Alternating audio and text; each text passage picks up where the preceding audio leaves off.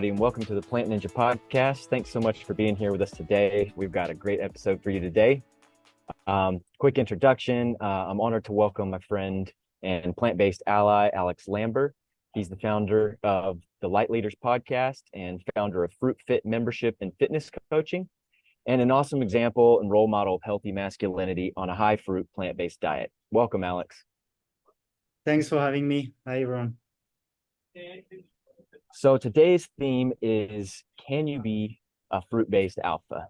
And we're going to get into all the ins and outs of what is an alpha, what's masculinity. But first, Alex, can you just give us a 5 to 10 minute intro of yourself, telling us a little bit about your journey, how you got into veganism, how you kind of transitioned into high raw fruit-based. And in that, I'd love to hear some of your motivations for making the change and like the challenges you had and some of the breakthroughs that you had with your health and well-being on the diet. Yeah, thanks, Josh. And first, if it looks like I'm on a treadmill, it's because I'm on a treadmill.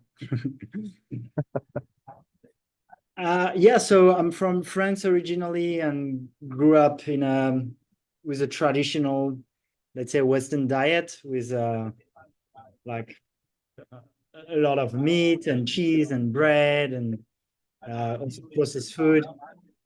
Snacks and all that. And then going to business school, for example, I would drink a lot and smoke and party. That was nice. And then when I was 25, maybe 27, let's say more 27, I got like a spiritual awakening. I started meditating. I had my first experiences with psychedelics. I started yoga, started listening to a lot of podcasts, actually, which inspired me to start my own and going more to the gym and starting to look more at what I'm eating in general for my health.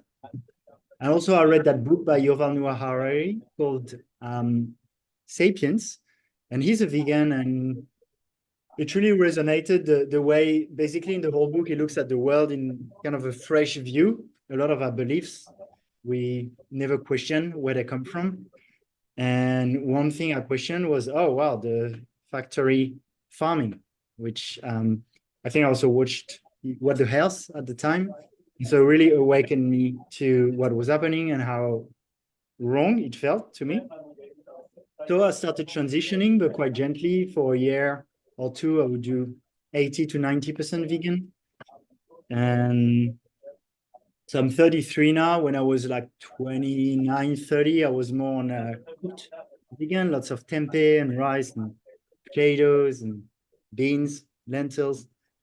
And 2.5 years ago, I did an iridology reading with a student of Dr. Morse. And he advised me to go more raw, which I followed, and I started to feel better, more energized and lighter. I lost a bit of weight. I was never like fat, but I lost maybe 8 to 9 kilos, going from 80 to now more 70, 71. And I really like it. I felt healthier, and along the way, I stopped all the things that I felt weren't serving me, like obviously alcohol and cigarettes, and then even coffee, and then most of the cooked food. But it's true that I think along with this transition, both from the diet and on the spiritual point of view, there is a certain detachment that comes with its own medicine, and it's beautiful. But I've wanted to recently get a little bit more. I've never been really disconnected from the body. I always wanted to be healthy, but even more recently, I'm like, okay, I want to be connected spiritually, but at the same time, feel strong, look strong, also inspire other people. And that goes along with me doing more of the coaching as a business also. So it's that whole like be a man who provides, protects, and take that role. Yeah, amazing, man. So yeah, I think that was a big realization of mine as well, is like we can have all these like very expansive and kind of spiritual experiences and get oriented in that. And then the next step of the spirituality is really the grounding and the bringing of those values into the physical form and the physical expression in our works in our provision, in our families that we develop, etc. And so, yeah, it's amazing. We have a similar path in that. That mine started also with a spiritual awakening. Yeah, I think for you, I mean, I'm really inspired. I don't have children, but having a partner also really motivated me. And I see that with a lot of young men who have been on a spiritual path. And then when they have a partner, for example, well, then they want to be strong. They want to, be able to carry things for their partners and maybe lift her and make money so we can go on a trip together and these things. So I think you having on top of it 5 children, right? It's I guess a very grounding experience. Yeah, you could even say like that the develop of masculinity comes out of necessity at some point, and the relationship with the opposite sex, um, that femininity that actually really draws it out of us. And then as we kind of that proceeds towards procreation and children and things, then that need for provision, that need for strength, that need for the guidance and focus of that masculine aspect, it's drawn out even more. So we don't all start as men, obviously, right? We have to grow into it. And even I think in this day and age, even many of us don't even really start to like really realize what that is until our later 20s oftentimes. um, but it is a something that's needed in this day and age. And I think that it's important that we really get clear about what those behaviors even are anymore, because it was at one point very clear in the culture what the roles of male were in the family and the community. But in this day of kind of cultural schism, it's gotten a little blurred and distorted in many ways, even in the um, like overcompensation or like the vanity aspect of things. So I think we'll talk about that a little bit more as we go. So in this context of masculinity, in the context of manhood and being a human, because we could talk about all the masculine traits of this and that, like in the metaphysical, but in the context of really manhood, how do you define masculinity and how do you define alpha? Yeah. And that will tie into the raw veganism, because to me, some of the roles of the man is well, one of them is presence, like just being present and being here to listen, being here to support. And usually in spiritual communities where men who are better at this, um, I find often the path is we live in a bit of a maybe macho society, and then when there's a rejection of that, we become what David Deda would say, call like I think calls it a wimp or something. But then um, basically like those masculine parts. So two of them, one of them is protect, right? So that's where strength comes in. It just feels good to be able to, yeah, protect and even carry things, open, I don't know, change the big bottle of water here for your woman, do these kind of things. And the other one is provide. So this one ties more to um, business, but can go beyond. So these are 3 traits that we think of in general. And I would say sometimes in society, there is a misunderstanding. It goes a bit towards like maybe aggressiveness. So that's where there might be a different of also of perception, and tying it back to raw vegan. So for example, as men, based on our physical strength, so we're stronger than women, and then in general, on average. And so that comes with responsibilities. And also as species, we're not thanks to our physical strength, but thanks to our brain and what we build, we're the strongest, right? Like we can kill other animals and we can enslave them, and we do that.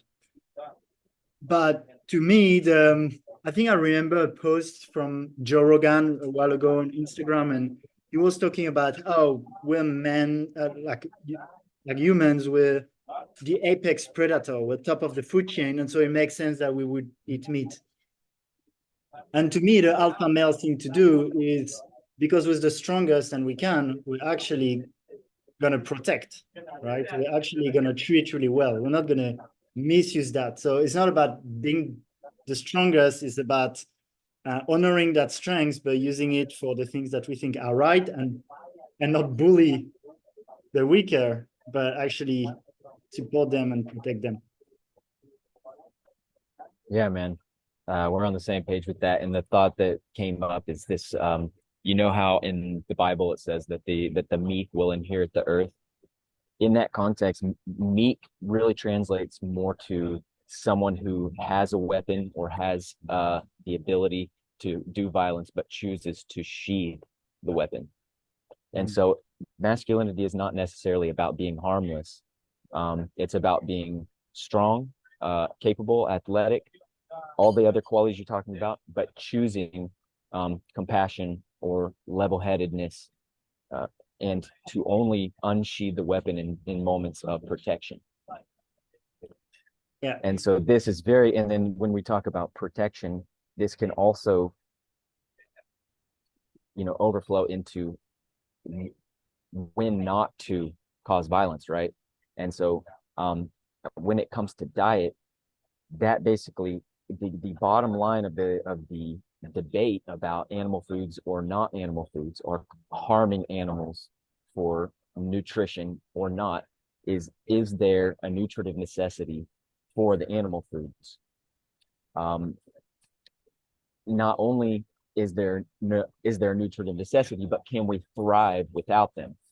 And my experience and my research after being plant-based for 15 years is that the vast amount of nutritional data and the vast amount of demographic studies show us that there is no nutritive necessity for animal foods, that they play their part as a survival food in times of scarcity, and that not only can we survive without them, but we can actually thrive. We have better health outcomes. We have better longevity. And so I often pose the question to people when we talk about masculinity in the context of diet, that with that assumption that there is no nutritive necessity for animal products in the diet, and we can get all of the nutrition from plant sources without causing overt harm to the weak or the innocent and the defenseless, is it more or less masculine to take that path of veganism? And I think most people under that assumption would see clearly that it is actually a higher masculine path as the protector, to protect the weak and innocent, or the innocent and defenseless, if there's no necessity for the well-being, to consume. So with that in mind, what types of behaviors do you practice and recommend to develop masculinity and to develop muscle and physique? Yeah. Just a parenthesis before, and so that also coming from a more traditional background of like bros drinking and partying. When I became vegan at the beginning, it was like the association is definitely not masculine, and I mean it's just a bit of a silly thing to say, because you can be gay and very masculine, but like it'd be like, oh, this is it's so gay, oh, you want like your rabbit food and all that, So it's just it's just perceived this way. And now to answer your question, I mean, the most obvious to me is working out. Yeah. In physical strength. Yeah, that's Yeah. to me. Well, It's hobby. I'd like before we go into that, I just kind of thought maybe it'd be a better flow to just describe, like, what are some of the false conceptions around masculinity that we hold today? And like you already mentioned one, which was aggression, like the tendency to think that to be more aggressive is to be more masculine, but actually aggression really it represents a lack of control of the emotions and the lack of the ability to sheathe one's sword until the most appropriate time. And I would say that there are also physical traits that are associated with masculinity that are actually quite contrived and not natural, and were not even something we would often see in times of old until this current paradigm. of Hollywood and bodybuilding and social media and stuff. So what kind of, that's really a leading question, but what kind of physical traits do you think are in excess that lead bros and things to think that like this different lifestyle is somehow not alpha or not masculine? Yeah, I mean, you're the one you mentioned. So you were referring to overly muscular people, right? Like men who would take steroids, like I don't know, like The Rock or this kind of example. Um, that would be a bit of a distortion. I mean, that comes from actual masculine traits of being strong, but that's Yeah, distorted. it goes beyond practicality, and it goes beyond a functional need, because there's no one who really needs to be that strong and eat that much food and needs to carry around that much muscle. Even no warrior would ever been like that, because it's very inefficient. It requires constant maintenance. It requires excess protein, and it even leads people to want to get the most bioavailable form of protein, which is often animal foods. And so then I think that people associate, oh well, I need to, eating meat is more masculine because it allows me to more easily build muscle and things like that. And that gets into like, the biochemistry and stuff. If you talk to anybody, any of these vegan bodybuilders, they'll show you absolutely can build a comparable physique on plant foods. So if you want to go that route, you can absolutely do it on a plant-based diet. However, the association with that type of physique is definitely meat, whey protein, um, eggs, all the rest of it. And Yes, it, and steroids it, potentially. yeah. But then if we look at what aspects of that actually are not masculine, I would think that it's nearsightedness, because uh, almost always these people have shorter lifespans. They trade the youth and the wellness of today for these huge muscles. They end up with cardiovascular disease. They end up with kidney problems, etc., and often have a pretty short lifespan comparatively. And who does that leave? They have to end up leaving their families. They're no longer able to be the provider and things. So it's actually a trade-off, going in the excess of this like sort of vain model of masculinity, but it's actually um, leads people towards consuming innocent animals. It leads people towards not really thinking about their future and the future generations very deeply, etc.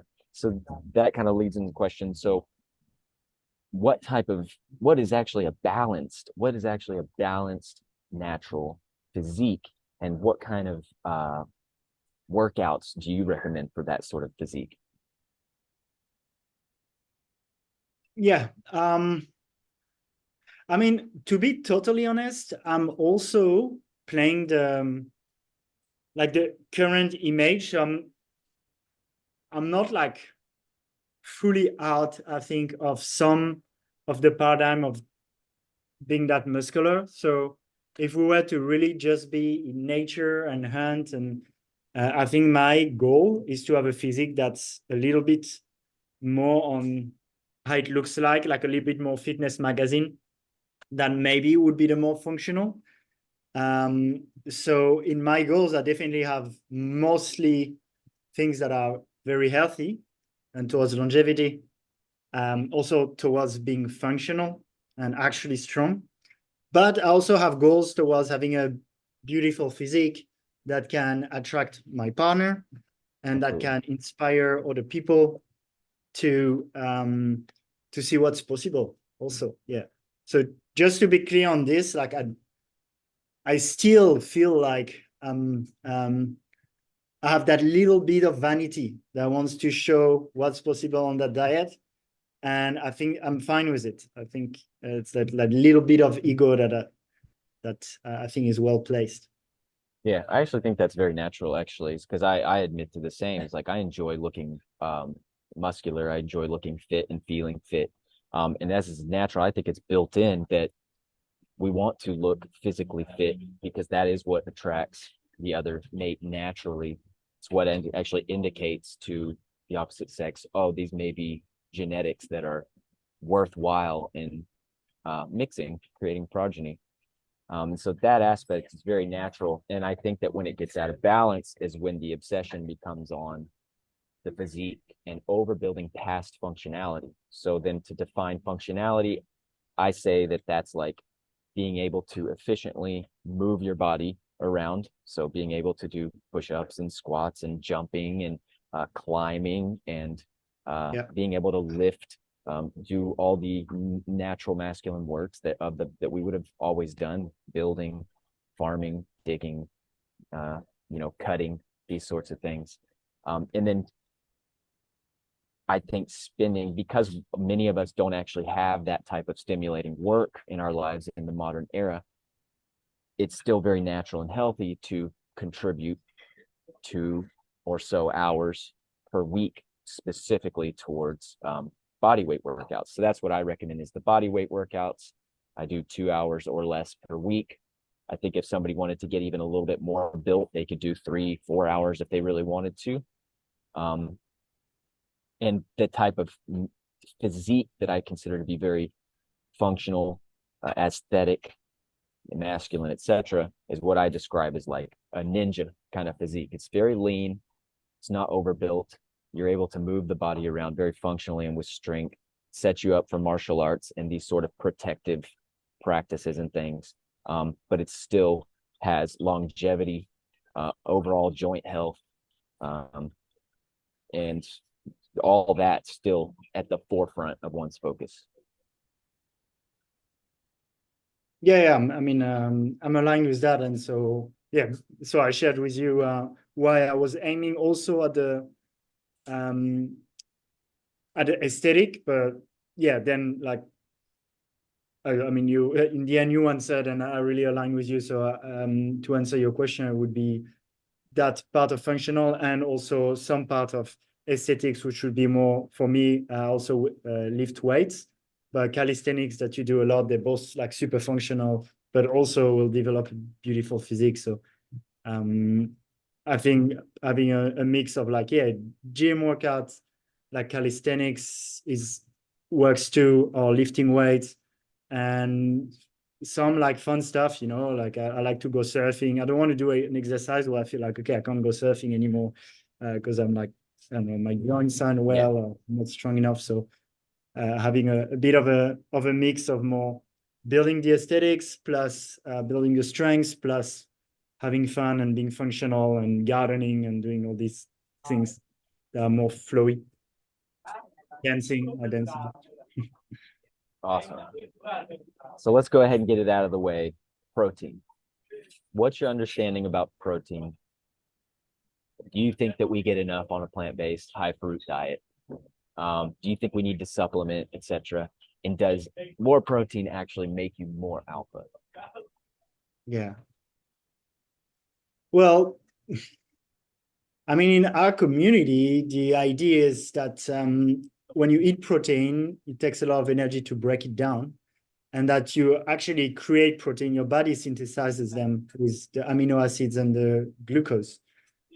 So what I focus on, and I'm mainly a student of Doug Graham, there on the 80-10-10 diet, which is so 10% protein, is basically eating decent quantities of fruits. So I have a lot of fruit sugar. And then for amino acids, personally, I like to add seaweed to my diet and marine phytoplankton. And yeah, to have a bit more concentrated sources of amino acids and really complete profiles.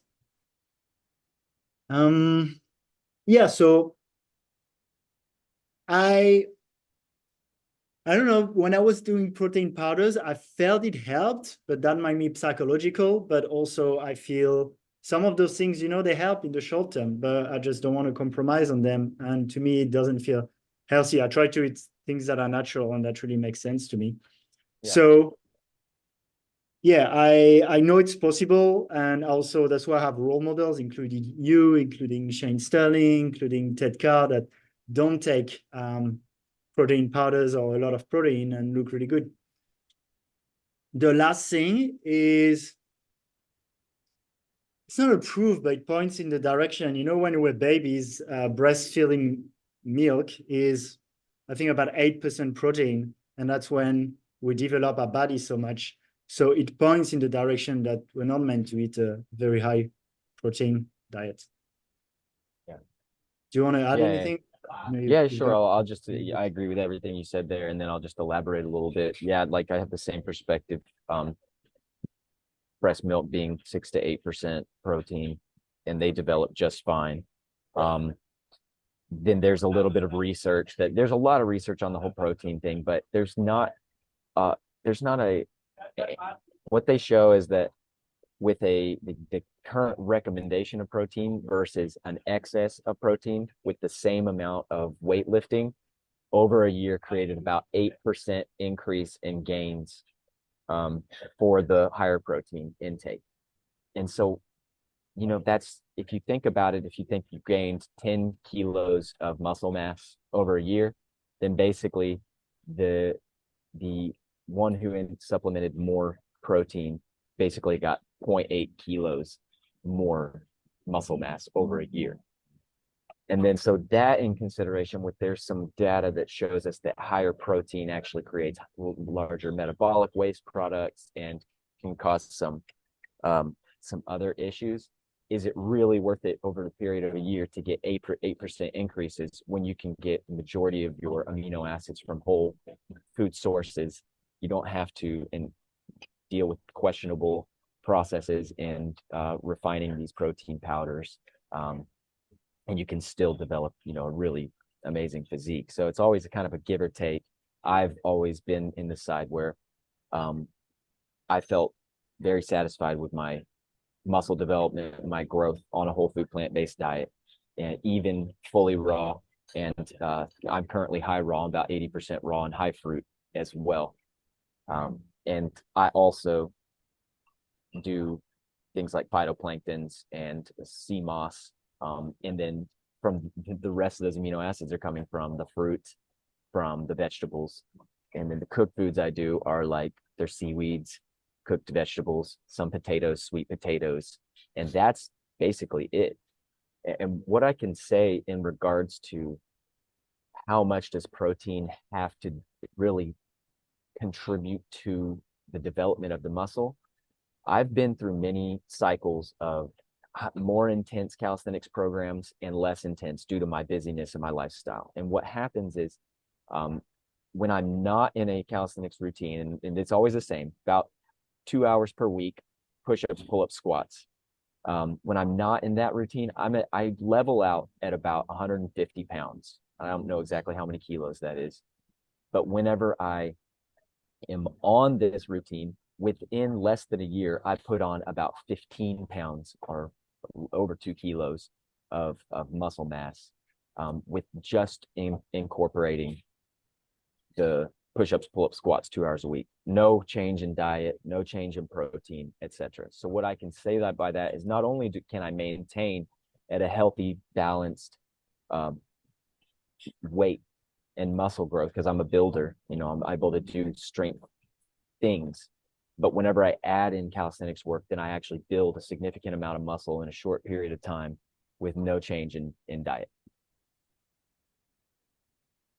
Yeah, and you look amazing, man. So congrats. Yeah. Thank you, sir.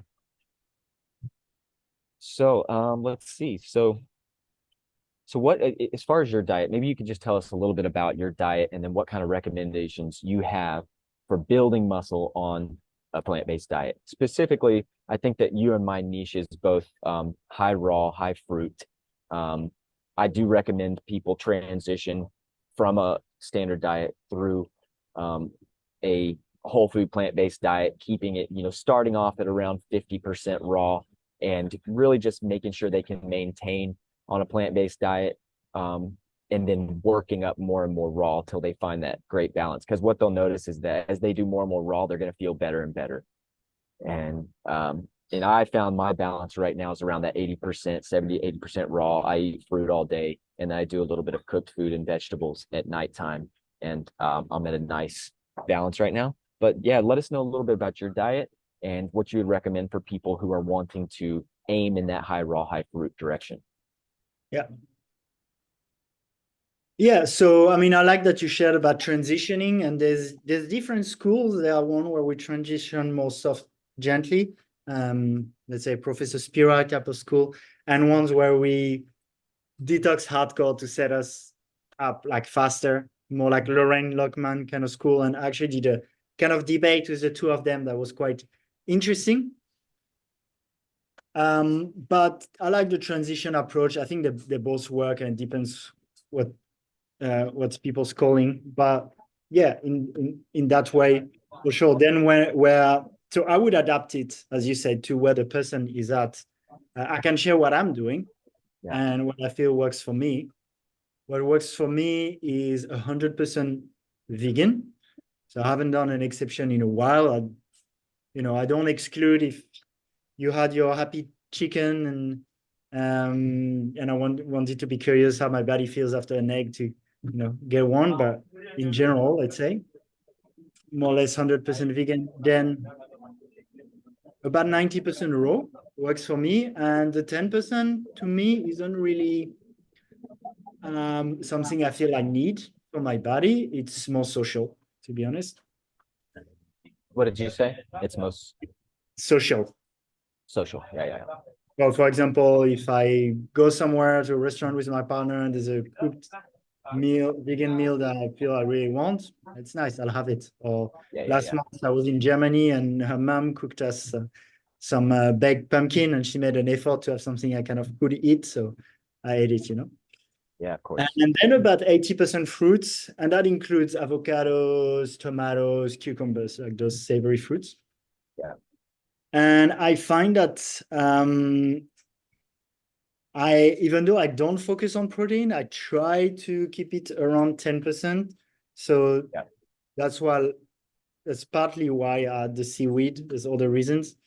And some green juices and some sprouts also in the smoothie and the salad, like mung bean sprouts. A great Yeah. way to get a bit more protein on raw vegan. And yeah, so usually I'll have like fruits during the day and a big salad, like tomatoes and lettuce and cucumber and avocados with a dressing of nuts and seeds. So I get protein from that too, even though most of them, they're way higher in fat than in protein.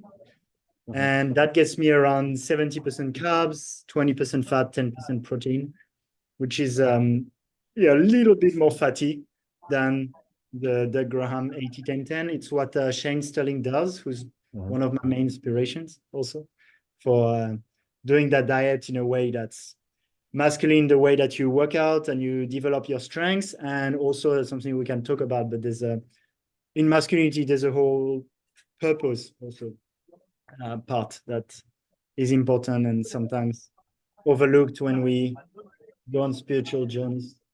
Yeah.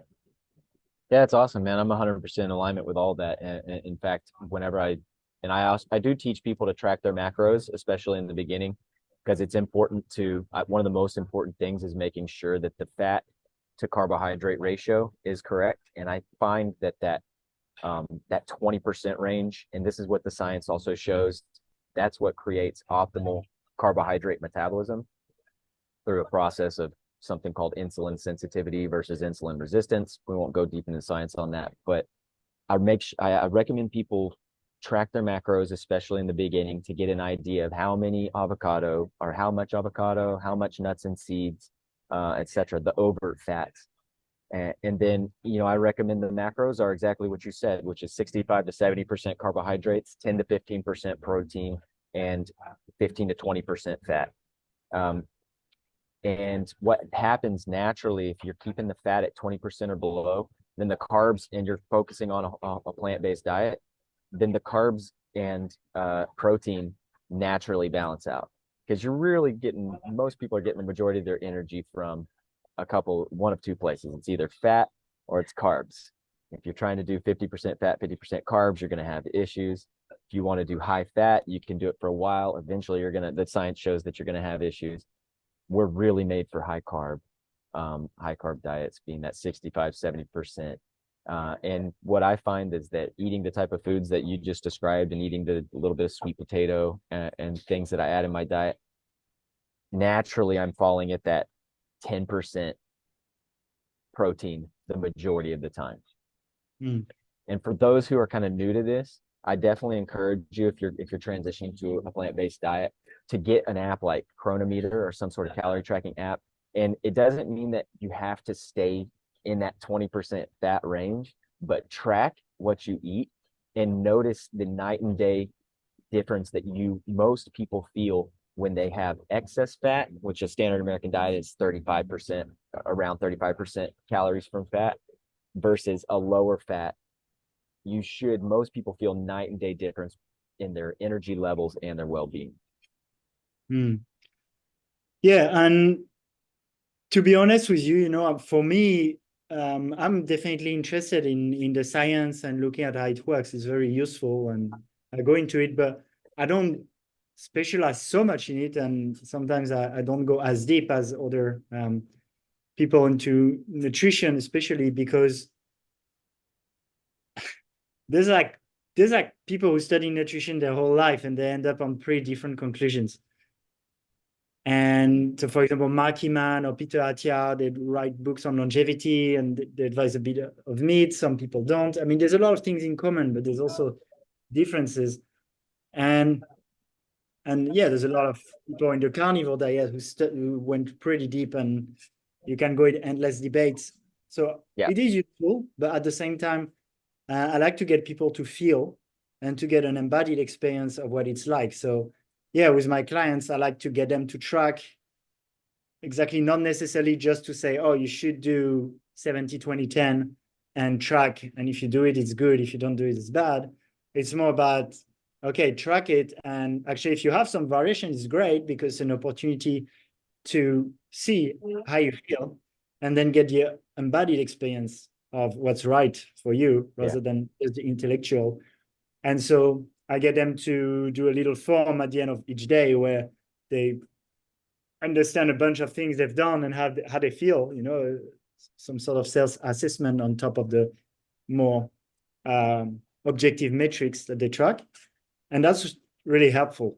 Yeah. So again, it gives that experience and that feeling. Also encourage people to feel, how do you feel after the meal? For me, it's not just, read the book. It's like when I go on a meal and it's cashew cheese and avocado salad, it's like I feel different. I can feel yeah, that maybe nauseous would be a little bit too much, but I can feel I'm not as switched on. yeah. Absolutely. Yeah, same thing. It's like I give people recommendations in the early parts of my program. Like this is the optimal. I also teach people good, better, best. It's like Mm. aim for best, but good and better are great. And even if you have a major indulgence, that's okay too. Everything's a learning experience because we're really paying attention for this time together, what you're putting in your body, going to do some tracking, and you should start to see some pretty clear correlations with what you put in your body and the way you feel for a couple days or even longer afterwards. So, like you said, experience speaks more than any kind of science and all that. And then later on, I teach people here's the science. I provide the opportunity for people to look at here's the actual science around why you potentially feel much better, more energetic whenever you've got your macros right. Here's the science on longevity. Here's the da da da da. And here's even some of the controversial research that are the common talking points. So, my position that I've taken is that there is so much controversy in the nutritional world that I don't want to sit here and like uh, be toxic and like arrogant and pretend like I know everything. I want to be willing to look at all places, but I also want to build a strong, powerful, well researched position, informed position in order to ask powerful questions from and to be able, to hold my own ground. So yeah, man. So we've talked about in the context of masculinity, we've talked about natural versus sort of contrived versions of masculinity. We talked about the differences between uh, plant-based diets versus animal diets, and is there really a difference in the masculinity here? Of course, and I say to people, you're definitely more likely to become what's it called, depleted on a plant-based diet if you're not paying attention, because you have less concentrated nutrients, you have less concentrated protein, less bioavailable things, but you're also much more likely to suffer from diseases of excess on an animal foods diet. So there's a give and take, and we can probably do both of them in a more balanced and intelligent way. The majority of the research shows that a 95% plant-based diet is most associated with longevity. I tell people, if whatever you ethically feel okay about within that 5% is up to you. The biggest thing is making sure the fat and the ratios are appropriate. If you want to incorporate some fish or whatever it is, that's up to you. So, and then we've talked about like the type of exercise that is good in building a healthy masculine physique, which we both agree is functional, is aesthetic, athletic, strong, and attractive, but not overbuilt. And those sorts of things are a combination of calisthenics and some weightlifting. But really, I only do maybe 2 hours a week. I'm not sure how much you aim for, but somewhere where you're actually finding that balance of putting your focus on your passions, enjoyment, your family connections, etc. And then that kind of leads me to the question of, we have this idea of masculinity in this very sort of competition based society, and in this the type of society that I think you and I both envision, that we're in the transformative process towards, is more of a cooperative based society. What do you think like an alpha looks like in that society? Because we have all the qualities that we've talked about, many of those, and even in the direction of toxic masculinity and things, come in the form of aggression, overly competitive, etc. In a cooperation based society, what kind of things can we really focus on as alphas? Because there are going to be top males. There's going to be the most fit, the most intelligent, the most competent at whatever we're doing, and that's kind of like what the definition of an alpha is. How does that look to you in the context of a cooperation-based society?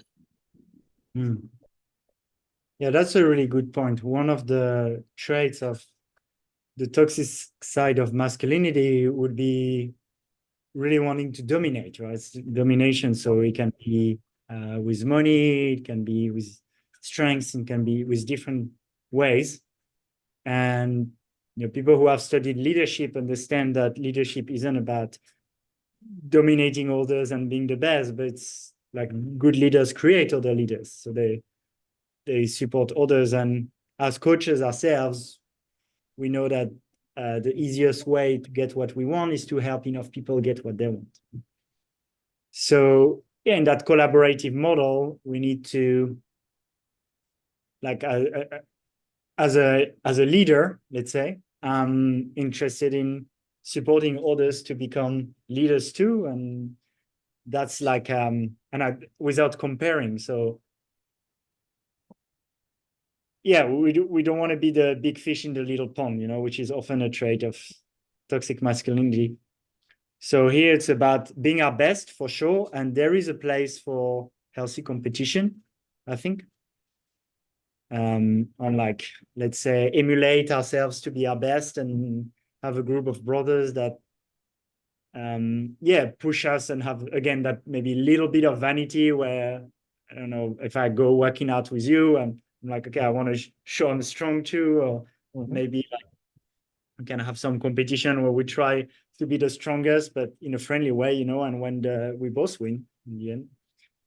So yeah, I think in our new paradigm, that's what the best leaders are, the people who elevate a lot of other people and will reap the benefits through that. And so that's why I like also to, business-wise, to do things where incentives are aligned. So I've been in some, and that's controversial because I know network marketing is not, like, has a lot of shadows too, but in itself, it's quite smart how it's designed. And you have a lot of that in cryptos also, where you're invested in the people you support financially. So you do well when they do well. And coaching is less direct because usually you don't have a direct financial incentive, but actually indirectly, if your students are doing well, that's how you get new people. So these are like things that feel pretty aligned for me, and where you can be your best and perform well, and your performance is in alignment with the good of the planet, of the people you support. So yeah, I'm quite passionate about that too. Yeah, that's amazing, man. So yeah, I was in alignment with everything you said, and just to elaborate my own words a little bit, I think that that sense of developing like a healthy leadership that is a is where you're actually lifting others up with you rather than like pushing yourself above each other through domination. Like I think that that natural leadership that's created from competition with yourself more than anything, and really that striving and that draw to become your best is powerful. And then in the process to lift up your brothers, lift up your community and your family with you, as super powerful. To and I think that you mentioned at the end there to be thinking of the whole at all times. This is really what a leadership, true leadership, or even like the good kingly archetype is being able to think of what's best for the whole. And so that includes the future as well. So we reflect on the patterns of the past and we implement our refinements in the present in order to hopefully create a better future. And so part of that is to make decisions that are as sustainable as possible, that are as, environmentally restorative as possible, that create as much longevity in our own bodies as possible, and ultimately are contributing to a culture that is life affirming, and mutually cooperative. So yeah, you said it, man. We're on the same page as that. And Can I add something to so this? yeah, absolutely. Yeah, also about like elevating others and avoiding to compare. It actually, so another trait of masculinity is courage, and another one is confidence. And it takes a lot of courage and confidence to actually elevate others and think about that, because if you compare, that makes you smaller, right? If like you start to do amazing, if I have a tall poppy syndrome, I'll be like, okay, no, that's going to reflect on me and makes me look bad. So yeah, confidence often it's like a little bit fake and showing off, but like true confidence comes up from that really deep place of knowing that we're good enough and Yeah. wanting to support others without feeling less. And yeah, that takes courage. Yeah, definitely, man. I think it also that comes from the wisdom of knowing that we all actually have a unique expression that is um, that is special and important. It's a perfect piece of the puzzle. And so, like in that knowing and that self love that we're actually unique, we're special, and we're perfect expression as we are, then we can really embrace and lift up others to become their best expression. We can have that humbleness, we can have that true care.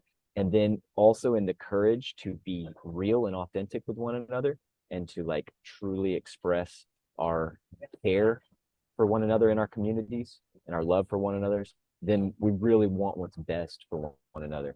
And then that allows for that. And I think that that as a foundation allows for that funness, for that play, that competition, and to do that competition in a way that's not uh, degrading others.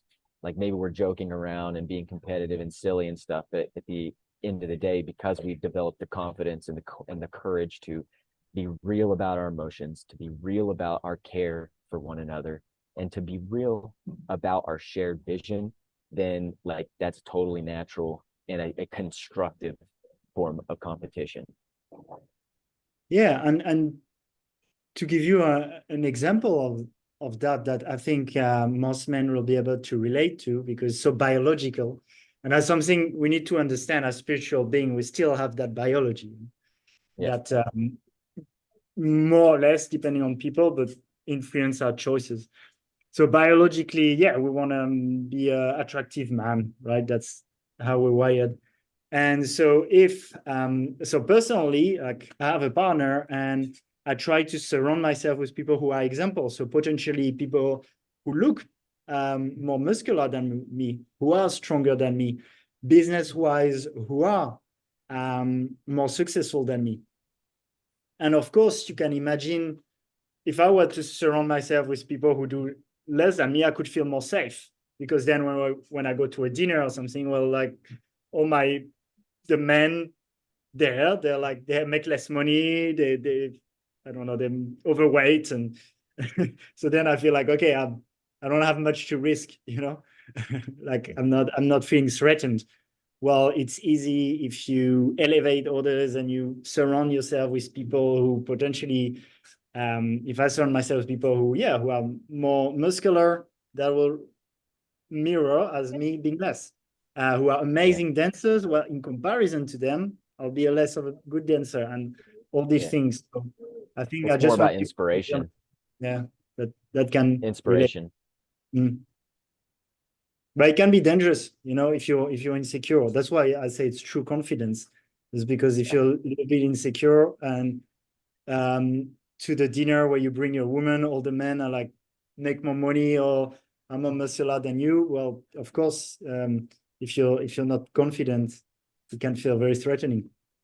Yeah, absolutely. Yeah, and so then like it kind of comes down to that. There's a difference between like finding inspiration in others and being like inspired and being like, oh, that's an amazing role model. Like I'm inspired to imbue some of those traits versus like the fear-based stance of, oh, I'm not as good as them. Like, oh, like I'm like I kind of want to like tear them down in my mind or something like that, or you know, if I'm not as good as them, then I'm not going to get a partner, or you know, these fear-based thoughts, which is kind of the it's that's kind of our mind's go-to is the fear-based because the reptilian mind is based in survival, so it's always wanting to like figure out what the enemy is and like how to protect itself and stuff.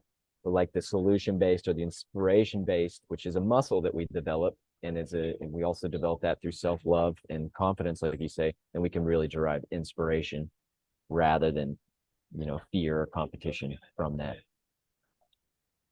So, man, we're coming up on an hour now. I just wanted to like the last three questions I have for you are basically are any closing thoughts. So we'll get that. And the next one is the what kind of services you offer and in people wanting to make the plant-based transition, and then where can we find you? So let's just start with any closing words or final thoughts that you want to share with us. Yes, I would say um, everyone has the freedom as human being to choose their own experience. So, you know, I respect all choices and none are better.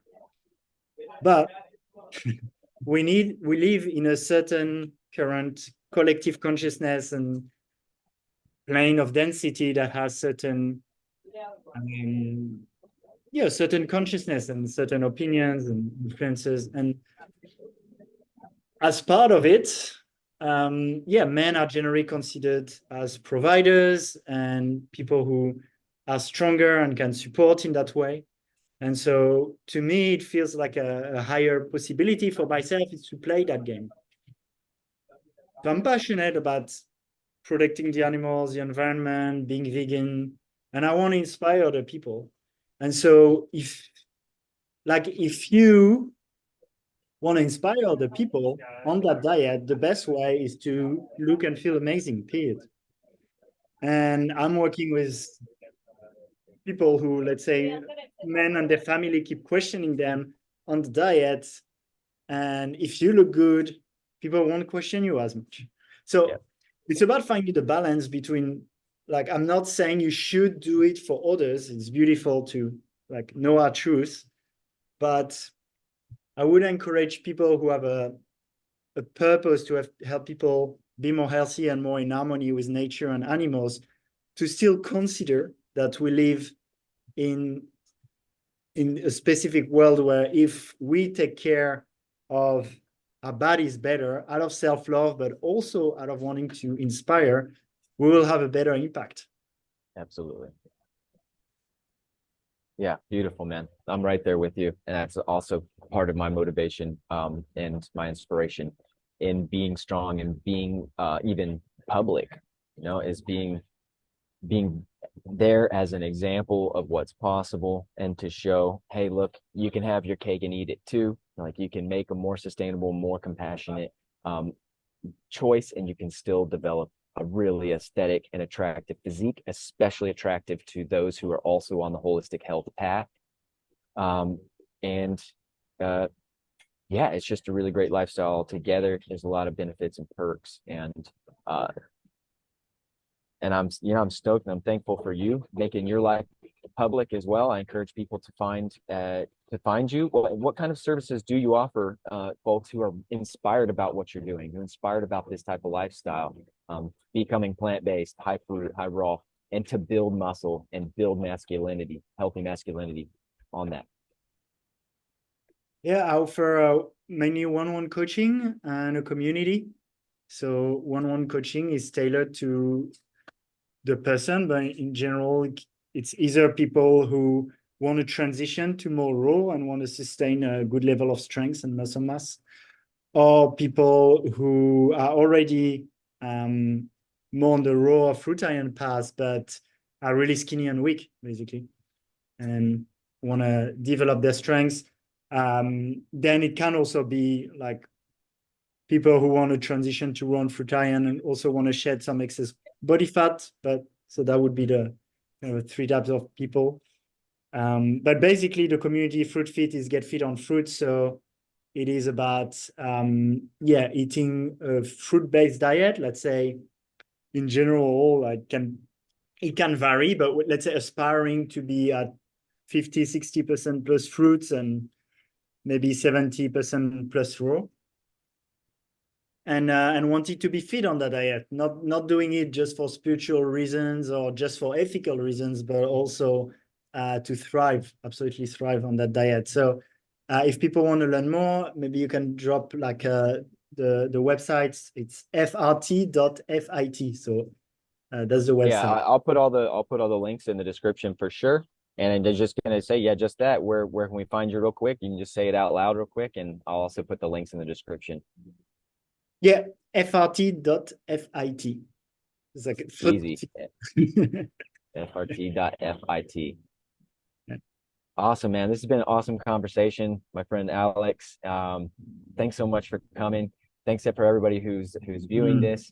Again, if you have inspiration, get in touch with Alex and develop your best self. Thank you so much, Josh. Can I add one thing? Yeah, absolutely. Yeah, here in Bali, like what you shared with Thriving, what we talked about is really not compromising, because I've seen people in Bali, for example, young men do raw for a few months and then go back to meat because they feel they can't get strong. But I can feel in the back of their mind, they kind of know it's like they have to compromise, right? So what I love with what we're doing also is in the end, we don't need to compromise in the way that it's in symbiosis with nature, it's in alignment with our ethics, and it's not at the expense of our body and of our health. Absolutely, man. And I think it's getting clear and redefining in this time where there's confusion and distortion around masculinity. What is masculine? What is natural and holistic? And I feel like, we're discovering, but I think we're on the right track. So once again, man, much love to you, brother. It's been a great episode, and looking forward to talking to you again soon. Thank you, Josh, and thank you, everyone. All right, take care, everybody.